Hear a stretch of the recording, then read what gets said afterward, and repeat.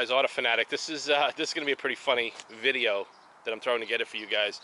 I just had a buddy of mine stop by with his beater car, as you guys can see. This car is absolutely shot. 89 Toyota Celica. So this car is left outside. It's rotting away everywhere. The paint looks like it was cleaned with Brillo pads. I don't even think this thing is going to have anything to bring back to life, but I'm just going to play around with the top of the fender here, and I'm going to use the Makita dual action polisher in force rotation mode with the microfiber cutting pad. And I just want to see, just for the hell of it and for fun, if I could actually bring some of this panel back to life. So I'm going to set everything up, grab the tripod, and hope for the best. And we're going to see how much paint is on this fender and the hood before I get started. So the hood comes in at 8.1, then it dropped to 6.3, 6, 5.6, 5.7, just like a $1,500 tool here. But like I said, when I work on vintage cars that have single stage or original paints and they're beat up and you want to bring them back to life, those cars are valuable. You don't want to just attack it without using common sense, and having this tool is a worthy investment for someone like me. When I do like a concours type restoration on a vintage car that's going to go to auction, or for for one of my really good clients. So just wanted to show you before I get started. All right guys, we're back.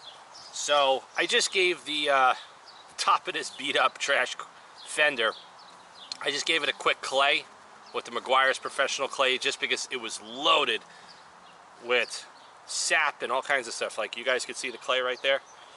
Okay, so rather than gumming up my pad and just causing me an issue, I said let me just start with a clean slate. It took a lot of stuff off, but the paint is totally destroyed. This car has never been detailed. I don't even think it was washed in the last 10 years. So I got my Makita. We're gonna put it in the force rotation mode. Got the Griot's Garage fast correcting cream with a microfiber cutting pad.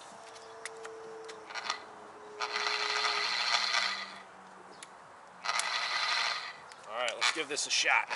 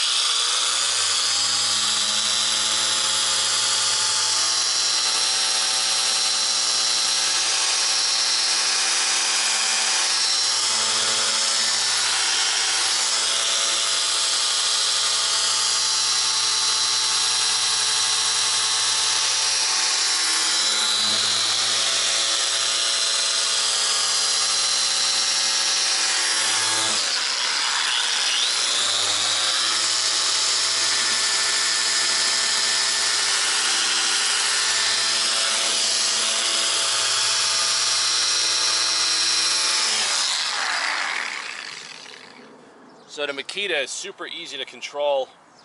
It's got a hell of a lot of good torque, and with the Griot's 6-inch backing plate and the Boss microfiber cutting pad and correcting cream, let's see what it did. Wow. Oh my God.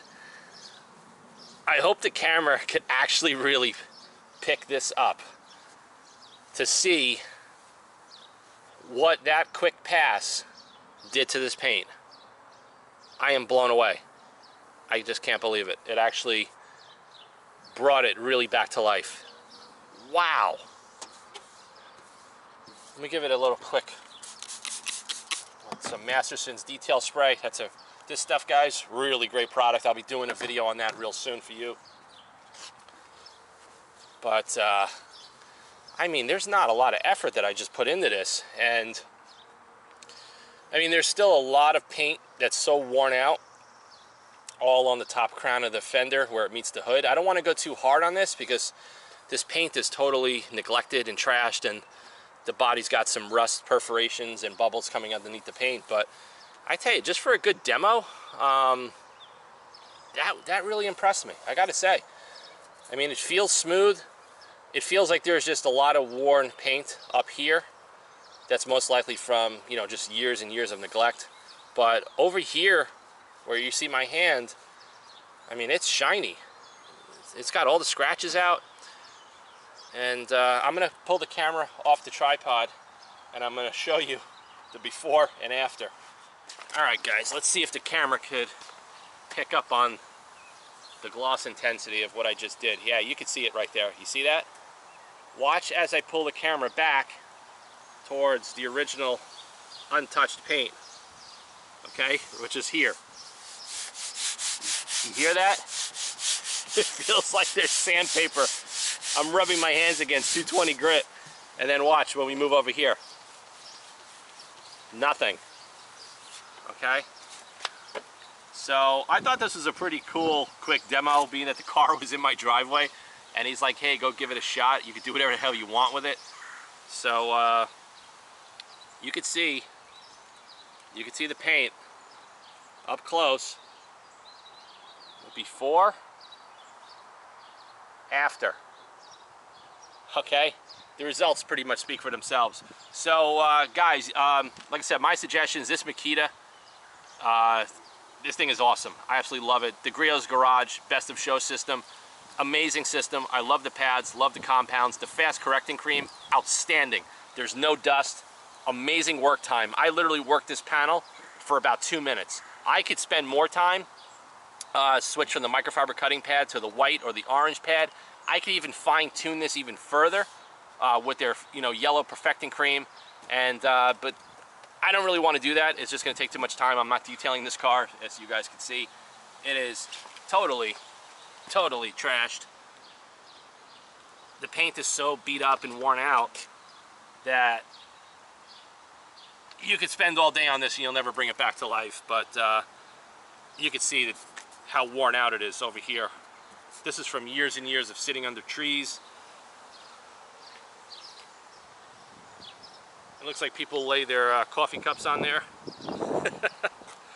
But I just thought this would have been fun to throw on the channel, just to show you guys that you can resurrect a beat up Toyota Celica or any car that's out there. And like I said, a lot of you guys that are detailing cars, even used car dealerships, you're gonna get cars that are beat up and neglected. And you know, with the right equipment, the right tools and technique, you can pretty much bring anything back to life. I mean, this car is too far gone. I don't think it's gonna be ever worth anything. But there are used cars that have heavily oxidized and torn up paint. And like I said, that's the wonderful world of paint correction and knowing what you're doing. You could actually bring that car back to life and increase the market value of it very, very easily. So hope you guys like this quick video. Stay tuned. Like I said, this Makita, I love it. The P05000C. This is an outstanding tool. It is bulletproof. I have probably about 75 hours on that thing right now. I was running it full speed for hours, polishing stainless steel and aluminum. And I use heavy cut compounds with a little bit thicker microfiber cutting pads. And when I'm done with the day, I take some mineral spirits or Prepsol and I clean the body because I don't want to trash my equipment. And it just runs great, man. So far, very, very happy. It's got the torque, runs smooth. The more that I've been using it, the smoother it's getting. So food for thought. If any of you guys are on the fence about picking up a tool, I like this tool because of the dual modes. I mean, I'm not really using it for the DA, just because I have the Boss G15 and I love that. So far, that's my favorite dual action machine. But for force rotation, if you don't want to pull out your 3401, if you don't want to get the 3401, this is a good consideration because it's $100 cheaper than the Rupes 900 that I also have in my tool bin. So questions, comments, post it below. See you guys soon. autofanatic@yahoo.com.